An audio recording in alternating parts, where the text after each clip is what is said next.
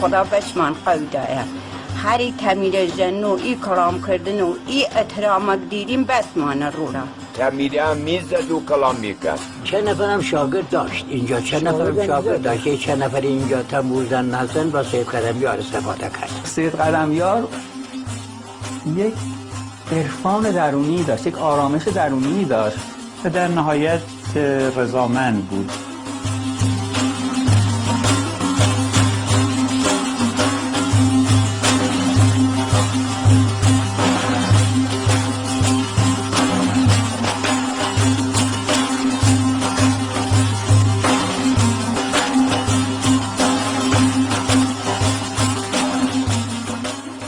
در این اندیشه موسیقی صدای خداوندیه.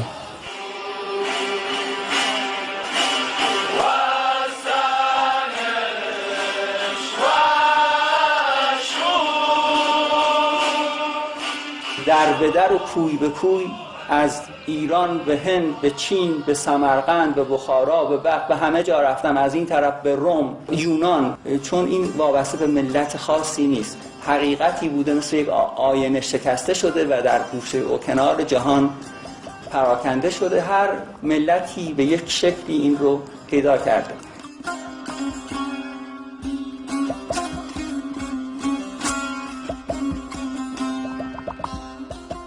از گوشه‌ای کاوه آهنگر میاد، کسی که 12 تا پسر داره و 11 تا پسر جوونش رو سر میبرن و مغز اون رو به ضحاک میدن که بخوره.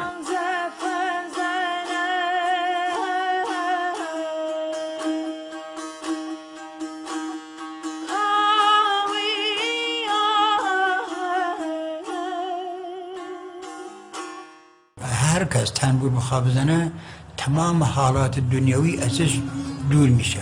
یه صوت خدایی، من به صدای حق میدانم صدای تنبوره. در یه جمله من میتونم اینو بگم که یه چیز زمینی نیست، آسمانی.